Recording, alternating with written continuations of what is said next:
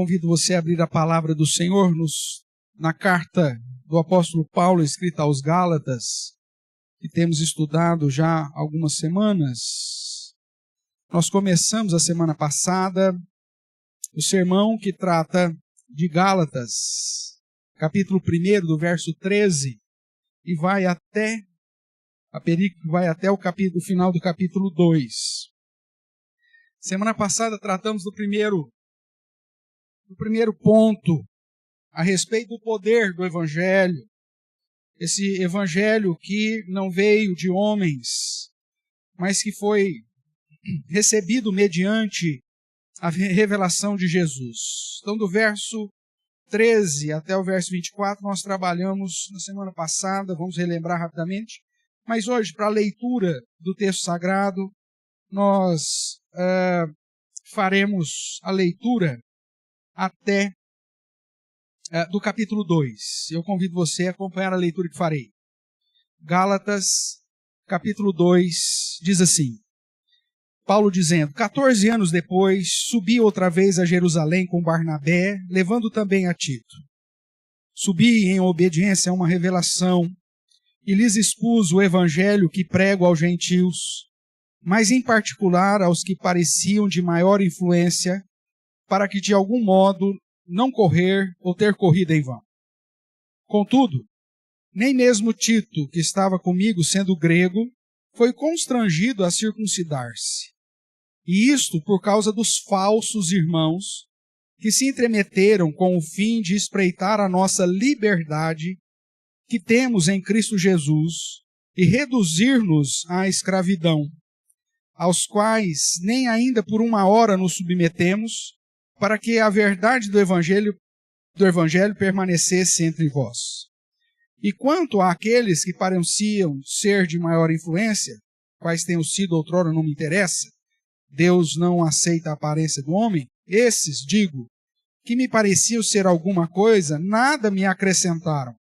Antes, pelo contrário, quando viram que o evangelho da incircuncisão me fora confiado, como a Pedro o da circuncisão, pois aquele que operou eficazmente em Pedro para o apostolado da circuncisão, também operou eficazmente em mim com os gentios. E quando conheceram a graça que me foi dada, Tiago, Cefas e João, que eram reputados colunas, me estenderam a mim e a Barnabé a destra de comunhão, a fim de que nós fôssemos para os gentios e eles para os da circuncisão, ou judeus, recomendando-nos somente que nos lembrássemos dos pobres, o que também me esforcei por fazer. Quando, porém, Cefas veio a Antioquia, resisti-lhe face a face, porque se tornara repreensível. Com efeito, antes de chegaram alguns da parte de Tiago, comiam comigo, ou comia com os gentios, quando, porém, chegaram, afastou-se, e, por fim, veio apartar-se, temendo os da circuncisão. E também os demais judeus dissimularam com ele, a ponto de o próprio Barnabé ter se deixado levar pela dissimulação deles. Quando, porém, vi que não procediam corretamente segundo a verdade do evangelho, disse a Cefas, na presença de todos: se sendo tu judeu, vives como gentio e não como judeu, por que obrigas os gentios a viverem como judeus? Nós, judeus por natureza, e não pecadores dentre os gentios, sabendo, contudo, que o homem não é justificado por obras da lei, e sim, mediante a fé em Cristo Jesus, também temos crido em Cristo Jesus, para que fôssemos justificados pela fé em Cristo, e não por obras da lei. Pois, por obras da lei, ninguém será justificado. Mas, se procurando ser justificados em Cristo, fomos nós mesmos também achados pecadores, dar-se-á o caso de ser Cristo ministro do pecado? Certo que não, porque se torno a edificar aquilo que destruí, a mim mesmo, e me constituo transgressor. Porque eu, mediante a própria lei, morri para a lei, a fim de viver para Deus. Estou crucificado com Cristo.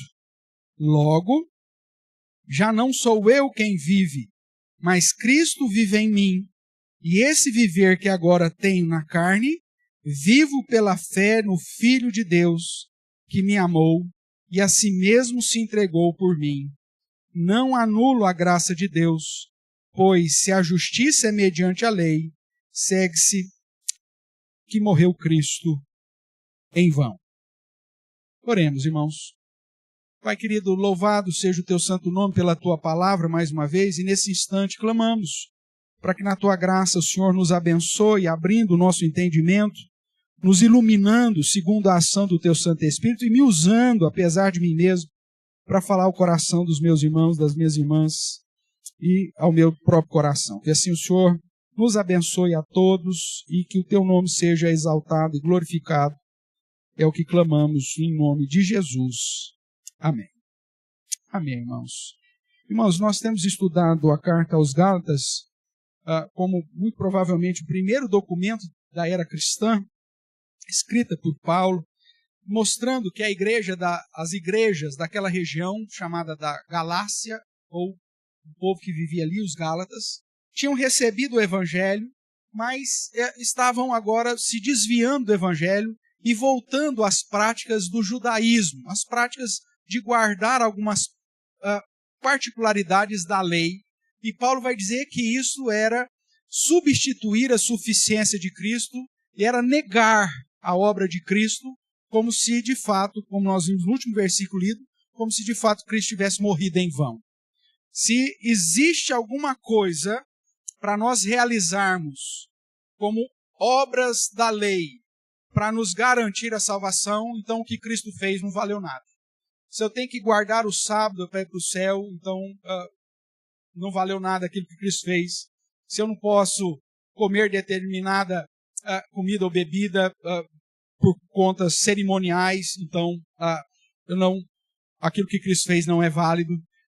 Se eu tenho que assumir determinada prática religiosa ou cerimonial, isso negligencia a supremacia, a suficiência de Cristo.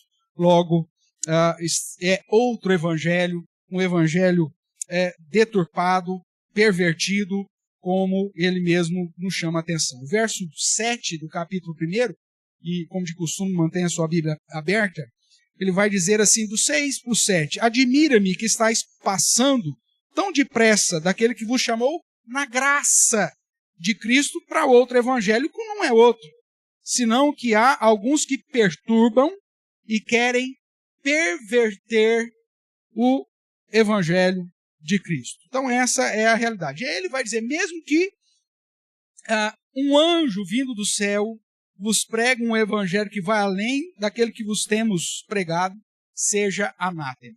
E aí nós vimos no início que Paulo vai referendar que a eficácia, a autoridade do evangelho está no fato de que o Senhor é a fonte da revelação.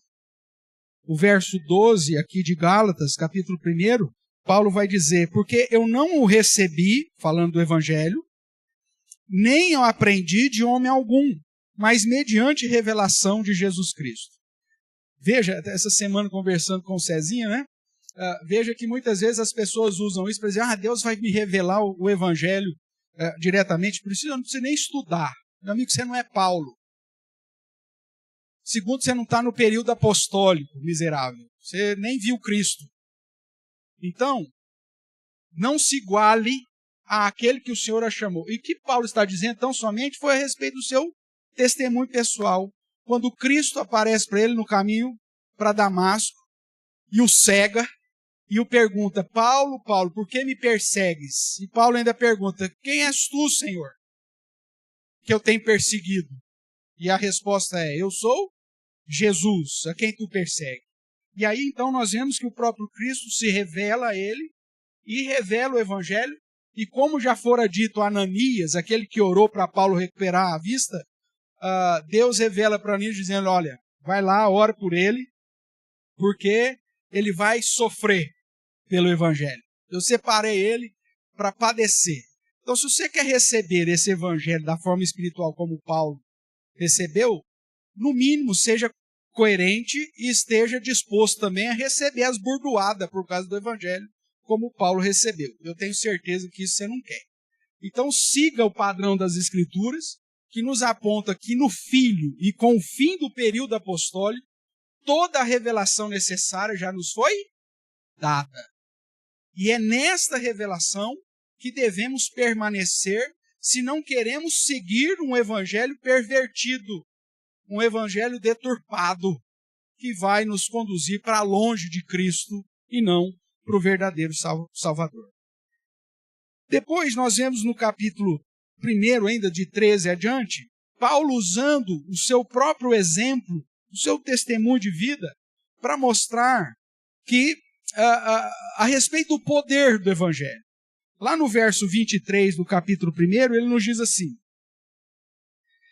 ouviam somente dizer, aquele que antes nos perseguia, falando do próprio Paulo, que perseguia a igreja de Deus, agora ele prega a fé que outrora procurava destruir. E o povo, os cristãos que ouviam isso, mesmo não conhecendo Paulo pessoalmente, glorificavam a Deus a respeito de Paulo. Nessa afirmação de Paulo, né? Aquele que antes perseguia, agora prega a fé que outrora procurava destruir, nós vemos, irmãos, o verdadeiro impacto do Evangelho da Graça. E nós, semana passada, tentamos trabalhar com essas questões, né? Qual o impacto do Evangelho da Graça de Jesus Cristo na vida daqueles que têm os ouvidos abertos para ouvir tal Evangelho? Será que o verdadeiro Evangelho produz religiosidade ou produz uma mudança, uma verdadeira comunhão? Será que somente o Evangelho verdadeiro é capaz de libertar, como nós lemos hoje em João capítulo 8, se conheceis a verdade, conhecereis a verdade e a verdade vos libertará? Ou será que o verdadeiro Evangelho só me conduz a ter uma noção e uma inclinação maior para a religiosidade?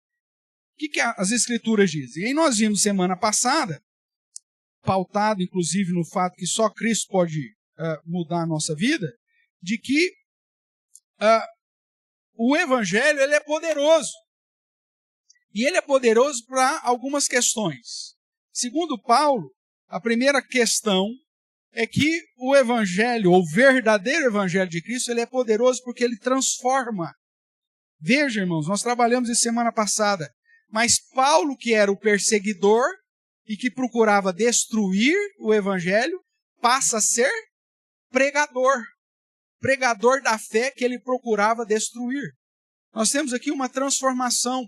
Antes você estava alheio a Deus. Antes você estava vivendo em rebeldia ao Senhor.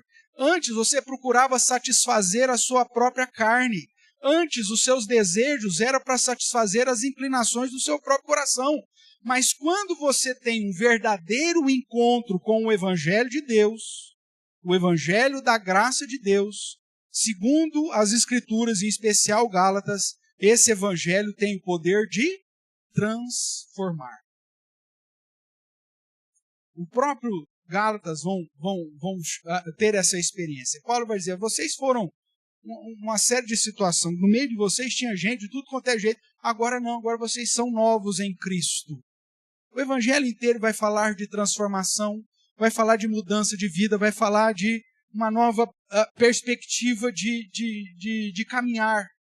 Logo, o poder do Evangelho da Graça, em primeiro lugar, ele transforma. E foi isso que nós falamos na semana passada, mostrando que a graça de Deus é um instrumento para a nossa transformação. E é justamente por isso que o apóstolo Paulo não se envergonhava do Evangelho. Ele vai dizer isso em Romanos, que eu não me envergonho do Evangelho, porque o Evangelho é o poder de Deus para a salvação, tanto do judeu quanto do gentio. Então o Evangelho transforma. Isso nós estudamos semana passada. Agora, do verso 13 a 24. Hoje, olhando para o capítulo 2, nós vemos mais duas ações que o verdadeiro Evangelho produz em nós. A primeira, do dia de hoje, nós vimos que ele transforma. A segunda ação, portanto, do poder do Evangelho é que ele liberta. E Paulo vai usar mais uma vez o seu testemunho para dizer que eles não poderiam voltar para a escravidão da lei, uma vez que Cristo os libertou. Então Paulo conta que na segunda vez que foi a Jerusalém, na companhia de Barnabé e Tito, alguns falsos irmãos, é dessa maneira que ele vai apresentar o verso 4, e isto por causa do quê? O que está escrito aí no verso 4? Dos falsos irmãos. Então, na companhia de Barnabé e Tito, alguns falsos irmãos tentaram espreitar a nossa liberdade que temos em Cristo Jesus e nos reduzir à escravidão. Veja aí os termos que ele usa no verso 4. E isto por causa dos falsos irmãos que se entremeteram com o fim de espreitar a nossa liberdade que temos em quem? Cristo Jesus, e reduzir-nos à escravidão. A escravidão do cerimonialismo. A escravidão de práticas ritualísticas que antes exigidas na lei de Moisés não faziam mais sentido, uma vez que Cristo cumpriu toda a lei e que Cristo levou na cruz do Calvário o pagamento do preço que nos traz a verdadeira libertação. Então, seja a circuncisão, né, que foi substituída pelo batismo que Cristo instituiu, seja o guardar da lei, os sacrifícios, os holocaustos, a apresentação das crianças, dos primogênitos, ou seja, tudo aquilo que a lei exigia como meta, o mecanismo para te conduzir à intimidade com Deus, foi cumprida em Cristo. E a liberdade que temos em Cristo nos permite agora vivermos em livre acesso a Deus, e conforme diz a carta aos Hebreus, o sangue de Jesus abre um novo e vivo caminho que nos conduz ao trono do Pai. E com ousadia e intrepidez eu posso me apresentar em adoração. Nós podemos nos reunir dominicalmente, irmãos, para adorar ao Senhor, não porque nós somos mais especiais do que o povo do Antigo Testamento, mas porque Cristo abriu um novo caminho. Cristo cumpriu com as exigências da lei e pagou rigorosamente pela nossa dívida, nos colocando agora num novo momento de relacionamento com Deus, onde não há mais distinção entre homem e mulher, entre judeu e grego, bárbaro, cita, seja lá o que for, mas todos são um em Cristo, e em Cristo somos recebidos na presença de Deus. Ou seja, Paulo vai dizer que o evangelho da graça de Deus, além de transformar o perseguidor em pregador, ou seja, o pecador em justificado, né, santo, nós vamos ver que esse evangelho liberta-nos do cerimonialismo do Antigo Testamento, da religiosidade. Você não precisa ir a pé daqui até Aparecida do Norte para ser salvo. Cristo morreu na cruz. Você não precisa pagar indulgências para receber o seu perdão. Cristo morreu na cruz. Você não precisa participar da campanha lá na igreja neopentecostal para receber uma graça de Deus. A graça de Deus já está em Cristo Jesus. Ou seja, nenhuma atitude, seja de qualquer religião, que tente te escravizar ou colocar um peso sobre a sua vida para ser salvo, despreza a liberdade que já temos em Cristo. E Paulo vai chamar esses irmãos do quê? De falsos irmãos. Todo irmão que tenta te conduzir a praticar qualquer coisa em substituição à obra de Cristo na cruz, na perspectiva bíblica, esse cara é falso. Você tem que seguir um novo livro que o anjo trouxe. O próprio Paulo diz mesmo que um anjo vindo do céu te traga um livro, né, que as irmãs, as mormas, estão tentando te dar de presente. É só clicar no link lá, vai chegar lá na sua casa.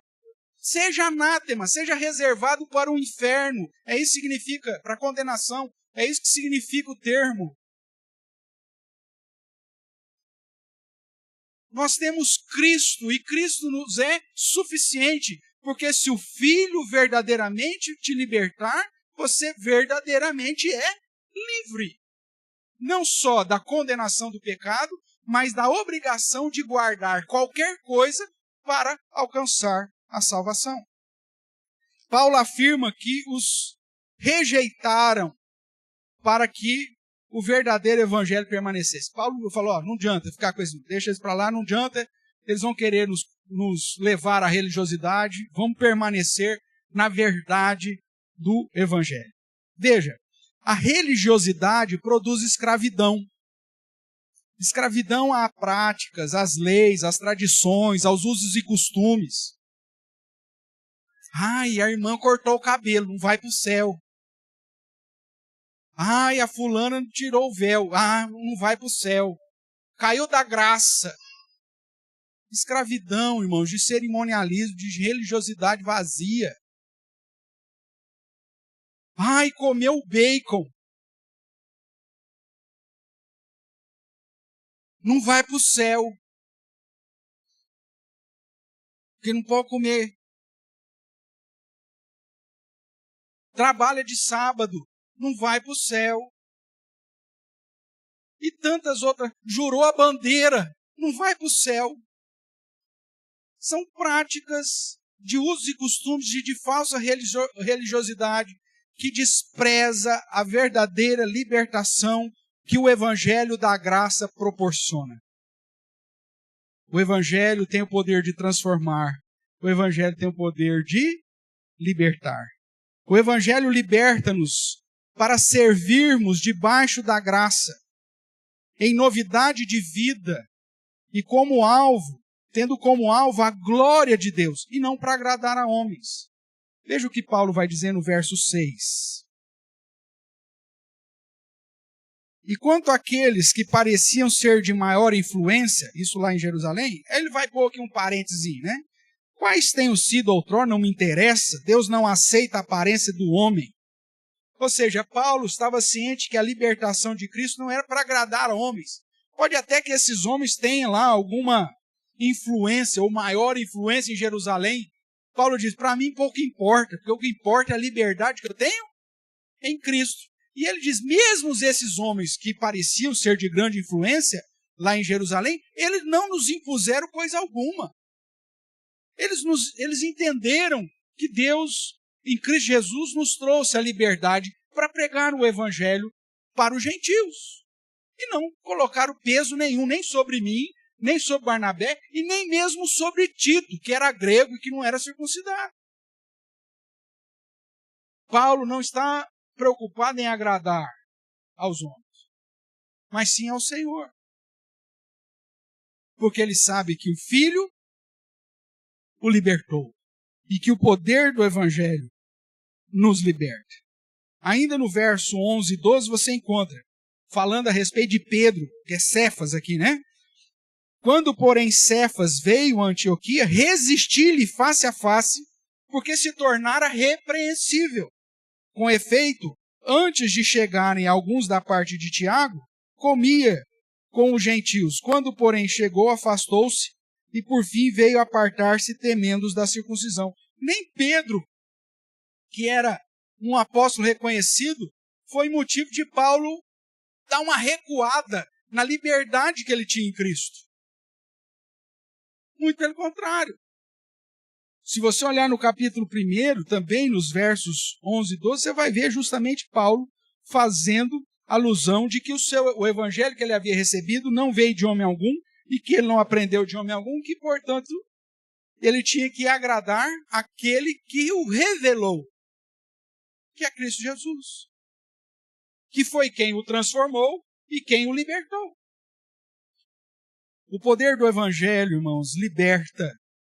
O apóstolo Paulo, que inicialmente havia recebido a destra de comunhão de Tiago e Cefas e João, declara que numa ocasião lá em Antioquia, teve que repreender Pedro porque não procedia corretamente segundo a verdade do evangelho.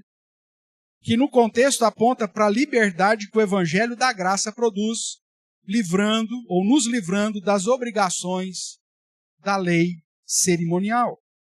Afinal de contas, Jesus, em seu ministério terreno, como diz lá Mateus capítulo 5, 17, 19, veio cumprir a lei.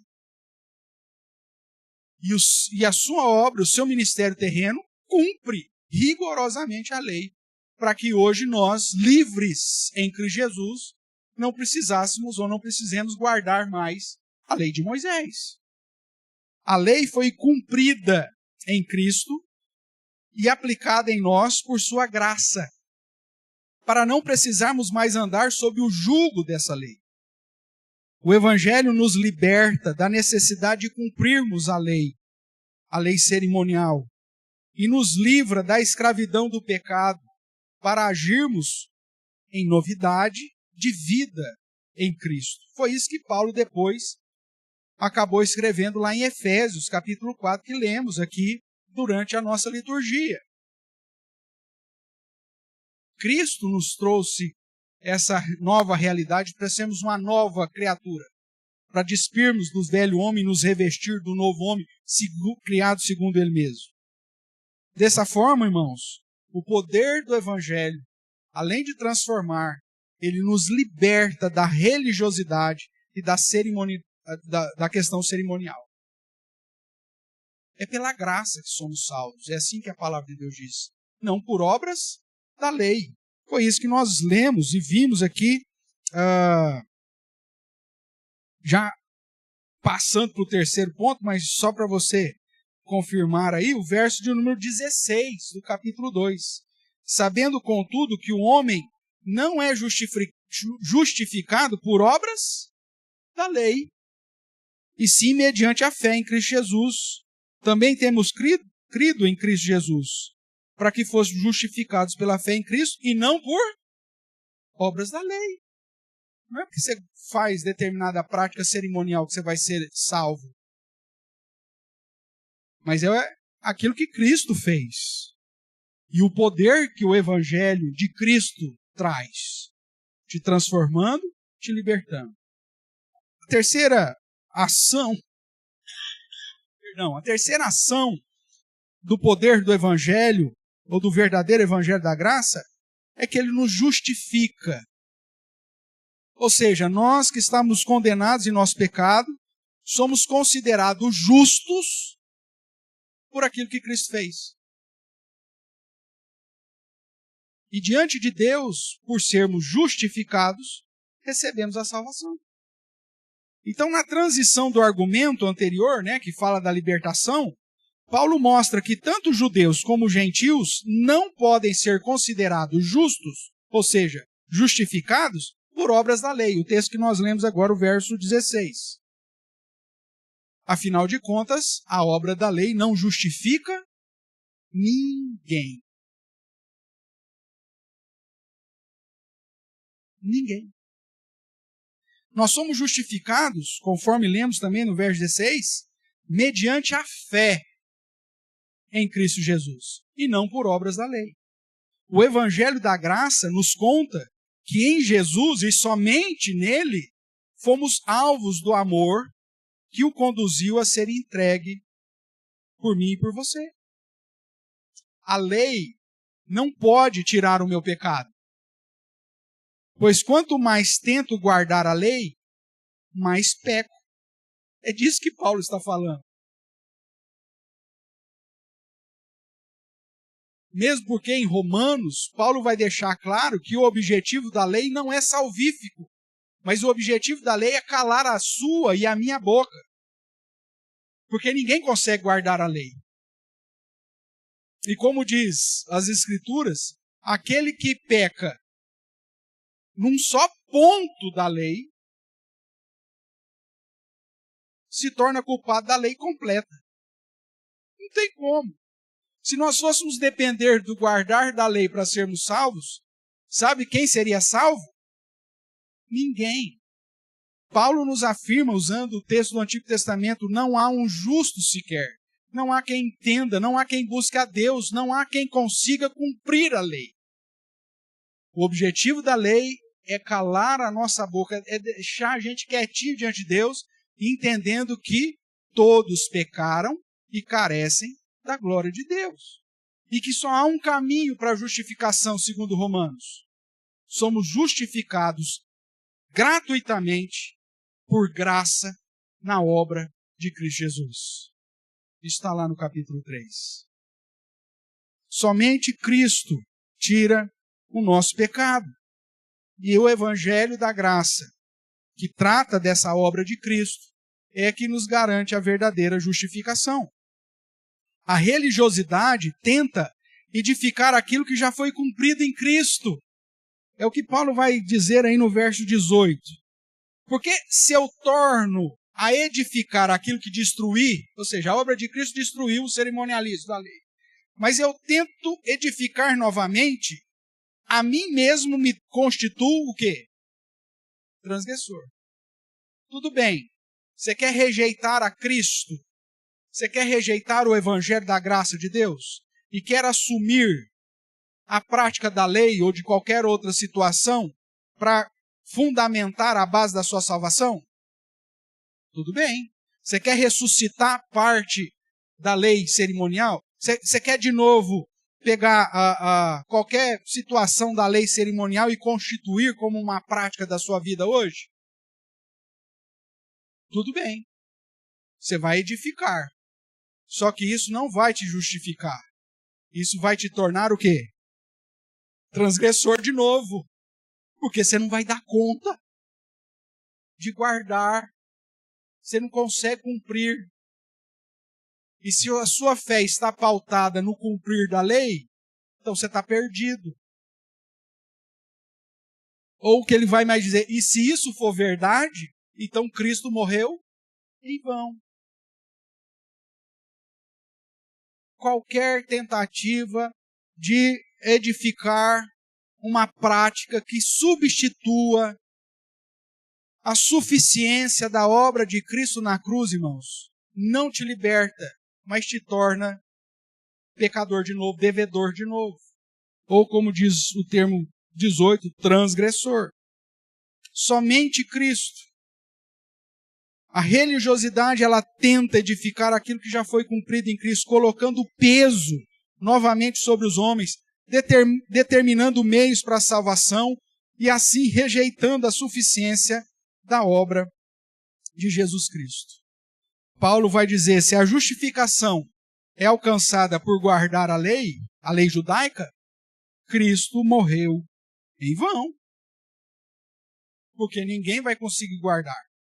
Somente o verdadeiro evangelho da graça de Deus revela que o próprio evangelho é o poder de Deus para a salvação de todo aquele que crê.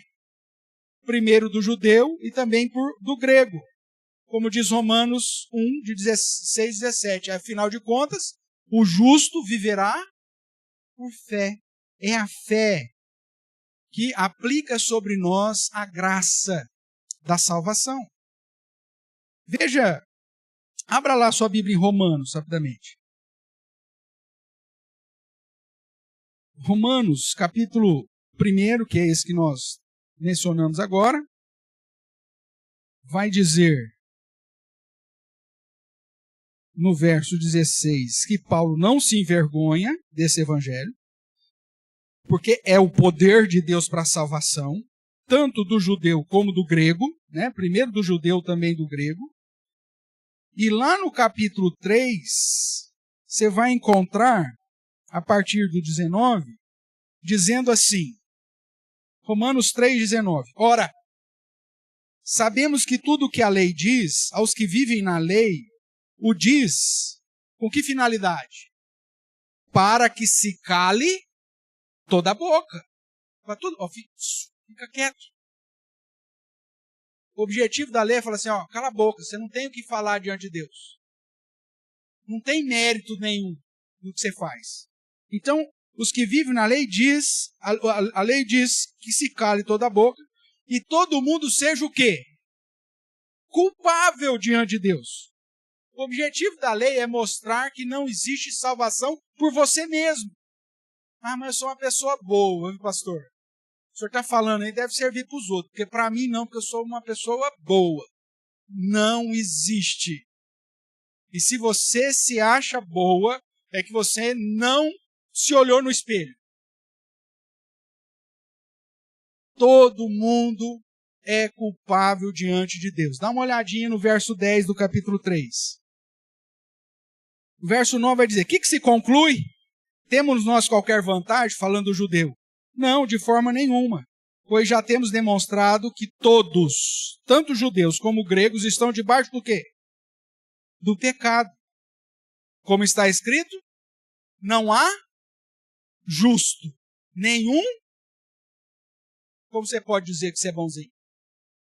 Como você pode falar, não, pastor, no meu caso é diferente, eu sou uma pessoa boa. Você não é boa, meu. Todos pecaram. Todos estão destituídos da glória. Não existe um justo sequer. E é por isso que a sua perspectiva tem que mudar, né? Alguns perguntam, por que acontece coisa ruim com gente boa? Aí você fala assim, mas quem que é bom? Se a Bíblia diz que todos pecaram, não tem nenhum bom. Como diz R.C. Sproul, a única vez que isso aconteceu foi quando pregaram Jesus na cruz do Calvário. Porque ele é o único que era justo. O único que era bom. O único sem pecado. O resto está sujeito a qualquer coisa. Porque todos nós somos pecadores. E estamos diante da consequência do pecado, dos nossos próprios pecados. E da consequência do pecado que herdamos de Adão. Então não existe pessoa boa. Todos pecaram. Verso 23. Pois todos pecaram e carecem da glória de Deus. Sendo, agora presta atenção, o pulo do gato, sendo justificados, participando da campanha da Universal. Sendo justificados, guardando o sábado e lendo as profecias de Ellen White. Sendo justificados, lendo os livros dos Mormons, recebido do anjo Morrone. Sendo justificados, não deixando de tomar, ou melhor, deixando de tomar café e não comendo hambúrguer com bacon. É assim que você vai ser justificado? Não, não é por obra da lei, não é por nenhuma prática da lei, não é por nenhuma religiosidade. Veja o que diz aí. Sendo justificados gratuitamente. O que é algo gratuito? Não paguei nada por ele.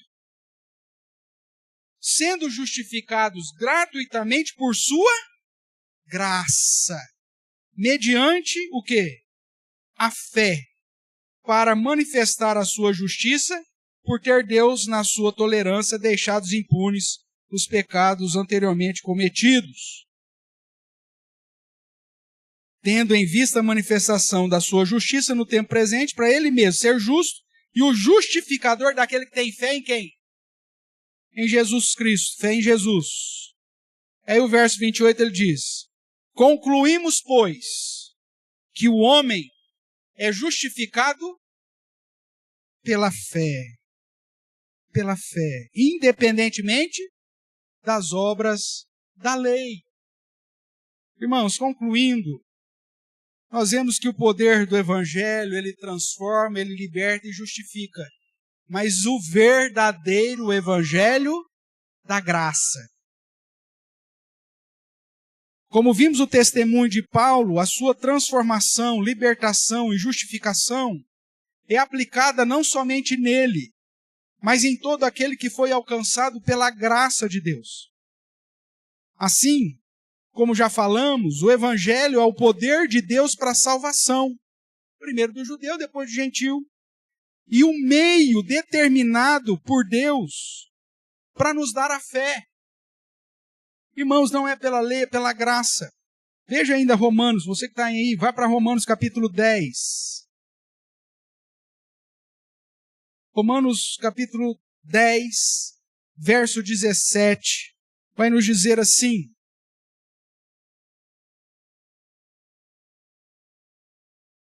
E assim, a fé, que também é um dom de Deus, como nós já sabemos, escrito lá em Efésios, assim a fé vem pela pregação.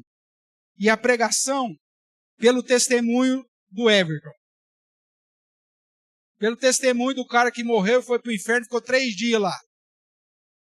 igual tem nessas igrejas pentecostais para por aí. Veja, hoje, venha, não perca. O homem que foi 13 vezes para o inferno. Como se o testemunho dele fosse maior que o evangelho de Cristo, meu amigo.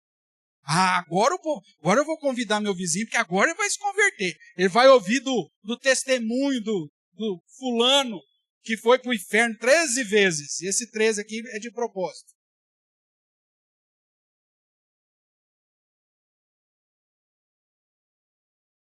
Não é o testemunho de ninguém que pode gerar a salvação no coração de um pecador.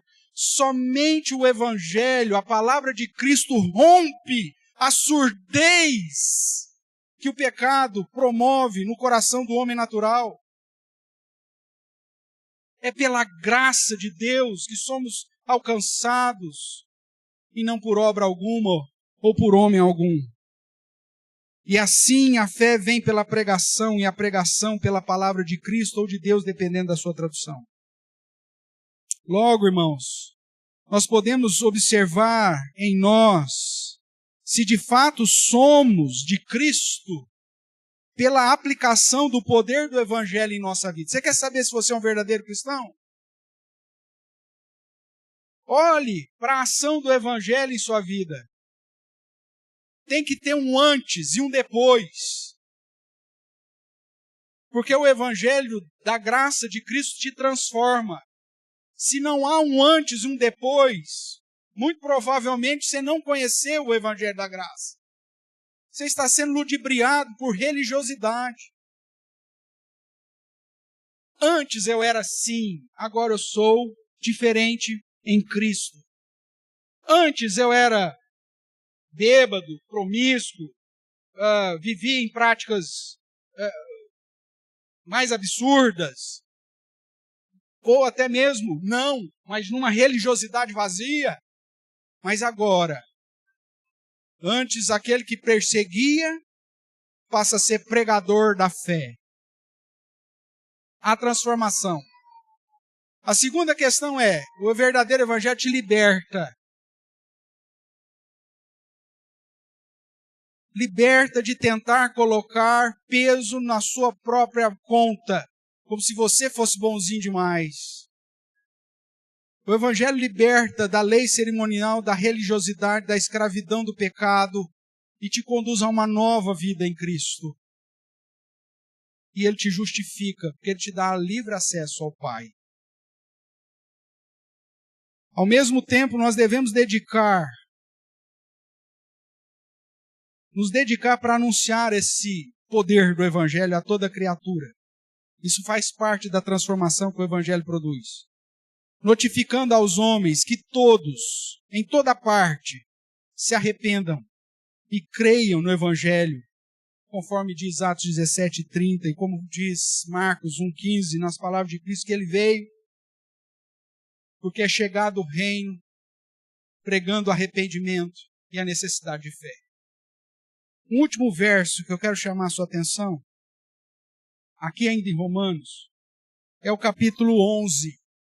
Para você entender de uma vez por todas que o Evangelho, o poder do Evangelho é o Evangelho da graça de Deus, que não cobra nada, é gratuito. Veja o verso 6 do capítulo 11 de Romanos. E se é pela graça, já não é pelas obras. Do contrário, a graça já não é graça.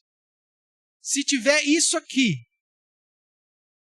de obras, se tiver isso aqui de uma fé que nasce no seu próprio coração, para você ser salvo, a graça já não é graça.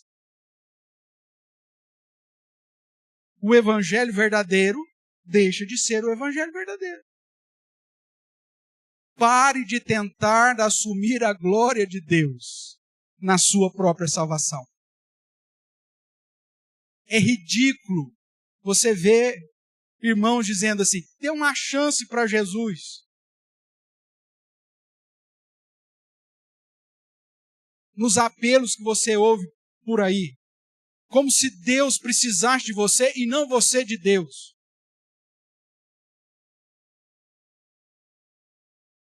o apelo como uma apelação humana é para buscar glória para o próprio pregador, na maioria das vezes, que quer encher a frente do átrio para dizer, tá vendo? Nossa, esse pregador pregou, um tanto de gente converteu. Vai ver a vida desses miseráveis. Não muda. Continua na religiosidade, mas não na libertação, transformação e justificação que o Evangelho da Graça traz. A única coisa que rompe a surdez do homem natural nascido em pecado, irmãos, é a palavra de Deus, pregada com fidelidade, apresentada com ousadia, com intrepidez, é verdade, mas dependente da ação do próprio Espírito Santo de Deus. Caso contrário, não é transformação, é só agremiação. A pessoa se torna parte de um grêmio, de um clube, de uma comunidade. Porque se não há transformação, não há libertação, e se não há justificação que te conduza para a presença de Deus, você ainda não ouviu o Evangelho poderoso da graça de Deus. Esse Evangelho que hoje diz para você, arrependa-te dos teus pecados e creia em Jesus como seu único e suficiente Salvador. Porque se você fizer isso, existe salvação. Abra sua Bíblia mais uma vez. Capítulo 10. Se você já está aí no capítulo 11 de Romanos, só dá uma olhadinha no capítulo 10, verso 9. Se com a tua boca confessares Jesus como Senhor, e em teu coração creres que Deus o ressuscitou dentre os mortos, serás o quê? Serás salvo. Mas não precisa fazer mais nada. Isso já é o tudo. Simplesmente se arrepender dos seus pecados e crer que Cristo é o Deus encarnado que pagou pelos seus pecados e por isso ressuscitou na cruz. Viva agora para Ele. Ande com Ele. Como Ele mesmo disse, vinde a mim, aprendei de mim. E se você de fato me ama, guarde os meus mandamentos. Essa transformação que vai ser produzida pelo próprio Deus vai ser a prova de que você foi alcançado pelo poder do verdadeiro Evangelho de Cristo Jesus. Que hoje, irmãos, seja uma noite de salvação, para a honra e glória do Senhor. E que se porventura os seus ouvidos foram abertos no sentido de fazer a conexão com a verdade das Escrituras, pare de pensar que você é bonzinho e que você alcançará os céus pelos seus próprios esforços, pois você não vai. Não há um justo sequer. A salvação está na justificação vinda por meio da obra de Jesus Cristo. Por isso, creia nele, entregue a sua vida a ele, siga, obedeça, aprenda dele e o glorifique através da sua existência, dizendo não para tudo aquilo que desagrada ao Senhor, sabendo que o próprio Deus vai te fortalecer para ser revestido de um novo homem e para andar segundo aquilo que Ele mesmo quer que você ande. E que Deus assim nos abençoe. Amém?